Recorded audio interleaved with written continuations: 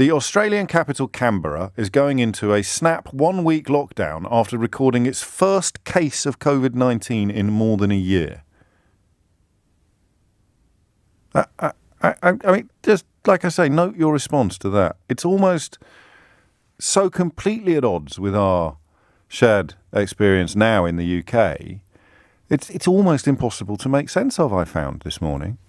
The Australian capital in Canberra is going into a snap 1 week lockdown after recording its first case of COVID-19 in more than a year. Sydney and Melbourne already in strict lockdowns because they're struggling with the infectious Delta strain. All sorts of issues relevant here, not least the sheer size of Australia and the distance between cities and towns and destinations. But that is going to affect around 400,000 people. So a fraction, for example, of the number of people that live in London. And the risk, the scale of the caution is explained by the fact that authorities do not know how the infected person caught the virus. In New Zealand, as you have also probably heard, Jacinda Ardern has announced that they won't really be opening up their borders in anything like the normal way until next year. And in New Zealand, 26 people have died. I as you know, I have been baffled pretty much from the beginning by the continuing support for Boris Johnson's handling of this crisis. Not just by the continuing support for Boris Johnson, but by the continuing support of his handling of the crisis, even while it was certainly, arguably the worst in the world. And now, once again, it's been confirmed by Dominic Cummings that he was panicking about having the highest death toll and the worst economic impact.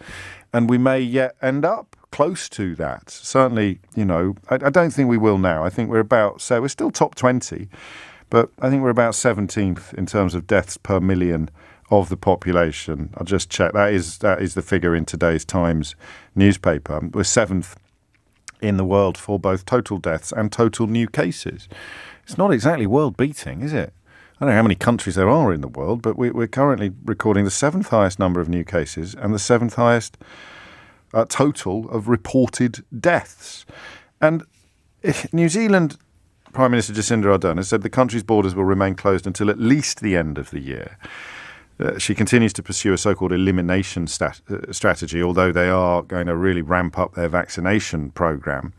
Indeed, she aims to have vaccinated the entire population by the end of 2021. There is going to be an individual risk-based model for quarantine-free travel from the start of next year. So, the polar opposite, in other words, to what we've done here. All we really have in common with Australia and New Zealand, I'd argue, is a common language and being island nations. Now, the second bit is crucial, or I think the second bit is more interesting than perhaps many comparisons allow. The first bit, the fact that we have a common language, is why it lends itself so well to a radio phone-in show in London, isn't it? Because I don't know where you are listening or where you are from, but if you can speak at a lingo, you can contribute to this conversation. And if the conversation is about New Zealand, Australia and the UK, then the common lingo has got to be a great help to proceedings. And I mention that because I mentioned the bizarre. Do you remember when people were dying at a terrifying and heartbreaking rate, and we were still taking calls from people saying he's doing his best. Why don't you give him a break? He's doing his best. I mean, how bad would it have to have been for people to blame the bloke in charge for how bad it was? Answer, if you convince yourself it's not bad, or you've ended up in a weird place where you can never blame the bloke in charge for anything, for whatever reason. It's 11:08 and we haven't mentioned the B word. Let's try and keep it that way for now. Then maybe you never will. We're back to the Fifth Avenue message, aren't we, from Dirty Donald?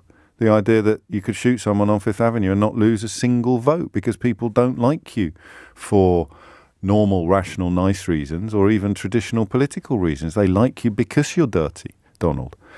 I don't know if it's fair to apply that to UK voters, but it is quite bizarre that even when we were burying more people than per capita than pretty much any other country in the world and suffering more economic damage than any comparable economy, Johnson was still standing up in the House of Commons, even as we now know he was acknowledging the scale of the disaster privately. He was publicly doing a lap of honour and 52% of the country was still cheering him and waving their little flags and doffing their little caps. It's quite bizarre.